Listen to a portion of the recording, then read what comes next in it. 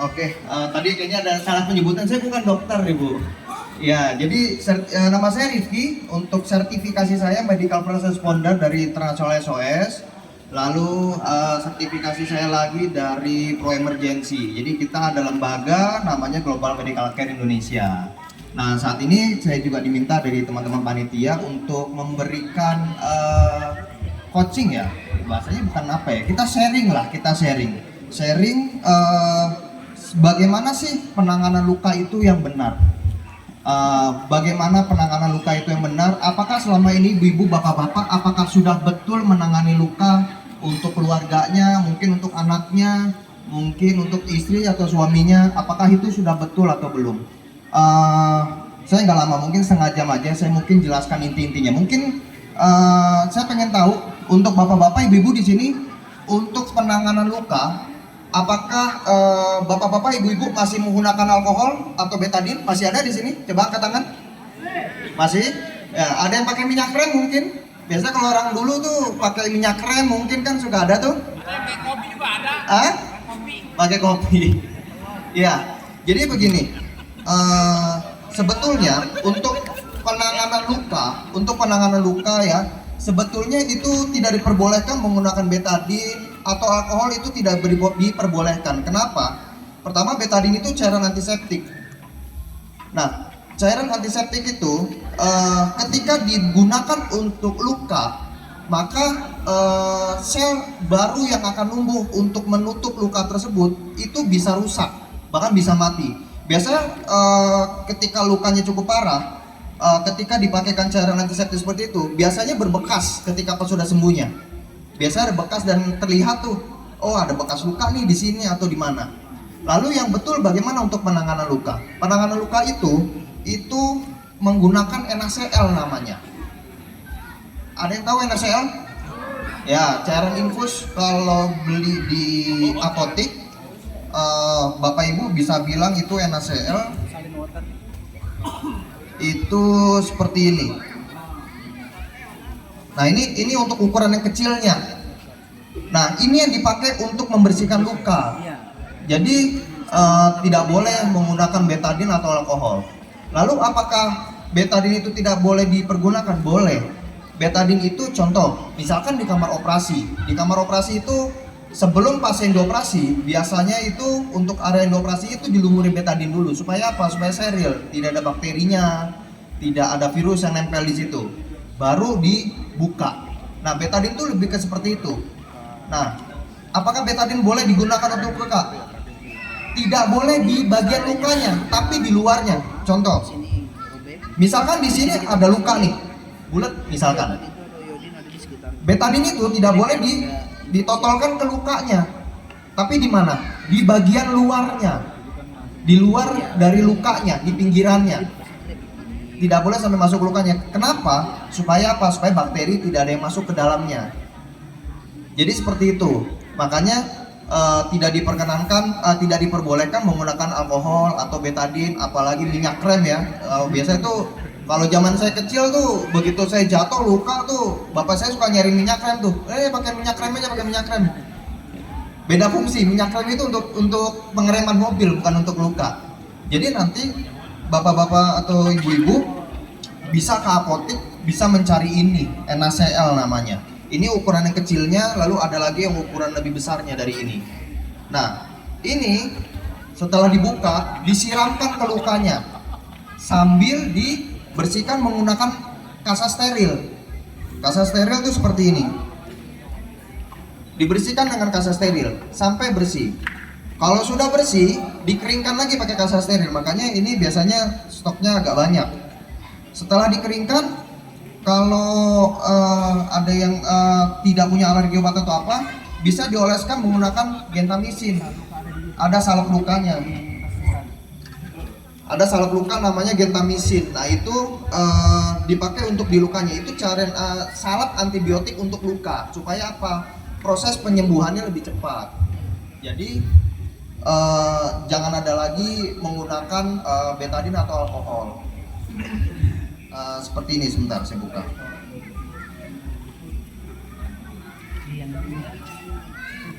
Yang gede yang mana?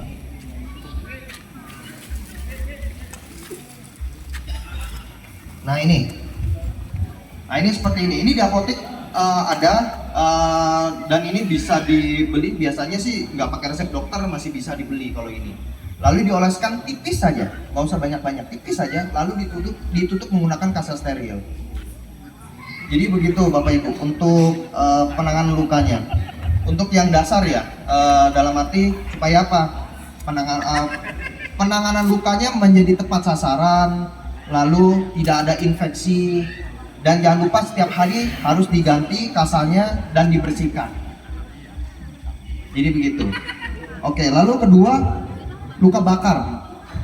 Mungkin ibu-ibu yang biasanya suka masak segala macam, biasanya kalau luka bakar penanganannya seperti apa? Pakai air dikocorin, betul. Untuk penanganan awalnya, luka bakar itu ada 3 jenis, derajat 1, 2, dan 3. Derajat 1 biasanya hanya seperti ruam ya, apa ya, kalau bahasa ininya tuh memerah. Itu derajat 1. Derajat 1 tuh memerah. Itu dikucurkan pakai air untuk penanganan awalnya. Lalu derajat 2. Derajat 2 itu biasanya melendung. Ada melendung, membesar tuh biasanya dalamnya cairan. Nah, sekarang saya mau tanya, ketika melendung itu dipecahkan atau tidak? Hah? Dipecahkan? Jangan. Biarkan saja seperti itu. Biarkan dia kalau memang pecah sendiri, pecah sendiri. Lalu ada namanya derajat 3. Derajat 3 itu luka bakarnya cukup parah dan sampai hitam. Biasanya luka bakar derajat 3 itu pasien itu tidak merasakan perih. Karena apa? Saraf yang untuk merasakan sakit itu sudah mati untuk derajat 3 itu. Nah, penanganannya itu setelah dikucurkan menggunakan air, biasanya pakai salep, namanya apa? Ada yang tahu? Salapnya? Ya? Kataplang? Bioplasenton, betul. Menggunakan bioplasenton untuk mengolesnya. Jadi jangan menggunakan odol. Kadang-kadang ada nih ibu-ibu atau bapak-bapak ini kasih odol nih, dikasih odol, jangan. Luka bakar itu jangan dipakai odol, tapi belikan salapnya yang betul, pakai bioplasenton. Kurang lebih begitu. Nah, untuk luka-luka yang cukup parah, Bapak Ibu bisa membawa ke rumah sakit. Bisa membawa ke rumah sakit. Jika membutuhkan ambulan, ibu-ibu bisa atau bapak-bapak bisa menghubungi 112. 112 itu ambulan-ambulan pemerintah gratis yang Bapak Ibu bisa pergunakan untuk menjemput pasien dan membawa ke rumah sakit. Kurang lebih begitu. Ada pertanyaan di sini mungkin? Ada pertanyaan? Nggak ada? Oke. Ada? Ada yang mau nanya? Oke, lalu terakhir, patah tulang atau dislok.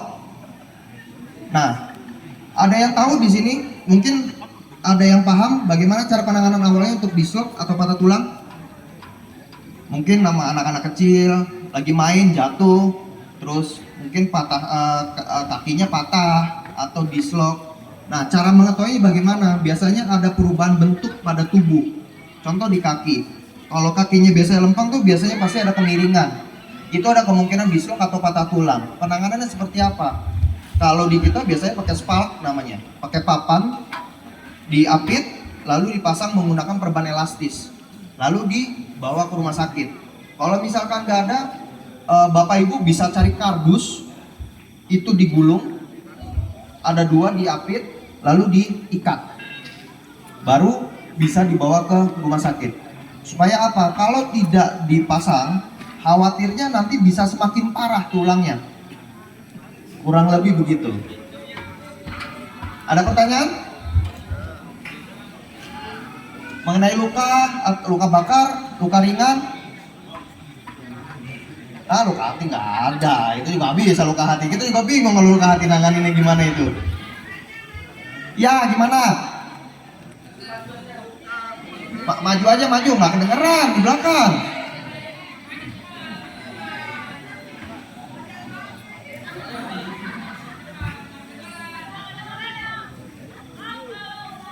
Ayo Mas Cinta. Nggak kedengeran. Ayo Tante Mas Cinta.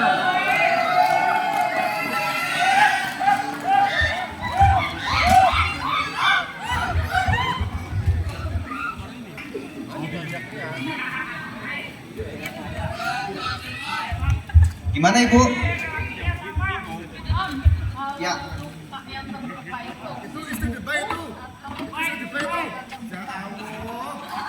Oke, luka terbuka. Namanya luka pasti terbuka, Bu. Oke. Kalau lukanya sampai bleeding, kalau kita nyebutnya bleeding, pendarahan banyak, itu dibalut tekan, Bu. Dibalut tekan tuh, misalkan Ibu ada kasa cukup banyak atau kain ditekan, lalu dibawa ke rumah sakit, Bu. Jangan sampai pendarahannya semakin banyak keluar, itu resikonya semakin besar. Jadi misalkan luka nih di kaki, bleeding nih, pendarahan banyak, dibalut tekan, Bu, supaya darahnya tidak banyak keluar, lalu langsung dibawa ke rumah sakit. Nah, untuk penyembuhannya itu harus tetap ditutup. Nah, kalau lukanya cukup besar dan sampai bleeding, ketika dibawa ke rumah sakit, nanti akan ada instruksi berikutnya dari dokter, apa penanganan berikutnya, karena tergantung lukanya, Bu, beda-beda. Nah, sebagai contoh gini, ya. Tante, karena pertanyaannya bagus, kita kasih satu lagi. Oh iya, terima kasih. Sekarang contoh gini, ketusuk pisau, tusuk nih. Pada saat bapak atau ibu mau bawa ke rumah sakit, pisaunya dicabut atau tidak? Ada yang bilang dicabut, ada yang bilang enggak. Oke, alasannya apa kalau enggak? Betul. Jangan dicabut, Pak. Jangan ditambahin tusuk lagi. Tambah jadi nanti. Ketika ketusuk, pisaunya jangan dicabut. Karena kalau dicabut, nanti ada pembuluh darah yang makin sobek, semakin lebar, bleedingnya makin banyak. Kalau ketusuk, sudah dijaga aja, pinggirannya ditutup, bawa ke rumah sakit. Baru nanti di rumah sakit yang mencabut. Jangan bapak ibu, kalau di rumah dicabut, masih butuh waktu lagi prosesnya untuk pasien itu sampai ke rumah sakit. Nanti kalau pendarahannya semakin banyak, pasien kekurangan darah, resikonya malah semakin besar lagi. Begitu. Ada pertanyaan lagi? Nggak ada? Ayo, apa Pak? Kagak kedengeran Pak. Ayo Om, boleh maju aja ke depan ya Om yuk. Dapat door prize loh yang bertanya. Sepertinya semangat sekali ini ya. Ya, mungkin dibatasi untuk satu pertanyaan terakhir kali ya Om ya. Ya, boleh. Oke. Adventure Ya. ya, yang cerita petualangan dan lain-lain teman-teman kayak gini. Kan sering mungkin di alam kita luka akibat gigitan. Oke. Satu gigitan itu berupa gigitan cengking, apa terus apa namanya ular, mungkin kucing atau anjing lah. Itu mungkin apa beda dengan luka yang biasa? Oke. Saya ambil contoh ular ya Pak. Ya. Oke. Saya ambil contoh misalkan. Oke siap. Pertanyaan bagus kita kasih. Waduh, ini terima kasih. Oke, sebagai contoh gigitan ular, bagaimana sih? Mungkin yang Bapak Ibu senang camping ya, termasuk saya juga hobi camping. Cuma kalau saya campingnya pakai ambulan kalau saya biasanya. Contoh misalkan kegigit ular, ada yang tahu penanganan awalnya bagaimana? Gimana? Diisep. Ada yang bilang diikat lalu diisap terus? Ada lagi? Oke, gigitan ular itu untuk penanganan awalnya pasiennya harus tenang dulu. Lalu diapain? Penanganannya mirip dengan patah tulang. Dipasangkan bidai. Contoh dia gigitnya di kaki. Pasangkan spalak. Ada yang tahu nggak kenapa? Supaya kalau menjalar tetap menjalar. Bukan. Tadi ada yang bilang diikat kan. Kalau diikat nanti pembuluh darahnya mati. Di sini jadi hitam ungu, itu amputasi. Karena mati jaringan darahnya. Dibidai. Kenapa? Semakin banyak pasien bergerak, si bisa ularnya itu semakin menyebarnya semakin cepat. Ketika dibidai, kondisi misalkan kalau digigiti kaki, kaki itu lebih stabil dan tidak banyak bergerak. Langsung buru-buru bawa ke rumah sakit. Lalu kasih tahu ke pihak rumah sakit, tadi saya digigit ular dengan ciri-ciri ularnya seperti ini. Supaya apa? Mereka tahu antibisa apa yang cocok untuk si pasiennya. Jadi harus dikasih tahu, tadi yang gigit ularnya mirip seperti ini. Supaya apa? Tidak salah penanganan. Supaya bisa cepat diberikan serum antibisanya. Nah, kalau serum antibisa diusahakan bawa ke rumah sakit yang tipe A yang besar. Kenapa? Karena serum antibisa itu cukup susah dicari. Dan biasanya dia adanya di rumah sakit tipe A. Yang biasanya mereka punya serum antibisanya. Nah, jadi jangan diikat tuh Pak. Kalau diikat darah nggak ngalir. Matilah dia nih. Makin darah nggak ngalir, pembekuan hitam, satu-satunya potong Pak. Berarti dibiarkan, suruh tenang, suruh jalan gitu. Bukan, pasiennya suruh tenang dulu, jangan banyak bergerak, lalu dibidai. Seperti tadi saya bilang, penanganannya dipasangkan spalak, lalu bidai. Sebenarnya kalau waktunya panjang, mungkin kita bisa praktek nih, bagaimana cara pemasangan bidainya. Itu lebih enak sebetulnya. Mungkin nanti the next, kalau misalkan saya diundang lagi, nanti kita bawa peralatan, kita coba praktekkan bagaimana penanganannya. Itu durasi bisanya biar nggak berjalan berapa menit? Tergantung ularnya Pak. Ya nggak, kita juga nggak bisa ini, karena gini, Kobra misalkan. ya. Kobra, yang umumnya lah. Kobra. Pasiennya makin banyak bergerak juga makin cepat Pak. Intinya kalau kita di ambulans, penanganan awalnya pasiennya harus tenang, nggak boleh banyak bergerak, dibidai, bawa ke rumah sakit, selesai sampai situ. Biarkan vaskes yang lebih vaskes rumah sakit yang menangani, kurang lebih begitu. Iya. Nah, kenapa Pak? Ular kasur. Oh, itu ular kasur Bang. Ya, kurang lebih begitu. Mungkin karena waktunya mepet ya. Mungkin saya akhiri. Terima kasih untuk semuanya. Oh, sekalian promosi dikit, mungkin kalau nanti ibu-ibu bapak-bapak mau beli tas P3K nanti bisa merapat ke ambulan. Nanti mau ngelihat alatnya apa aja yang diperlukan segala macam, nanti kita bisa konsul di ambulan.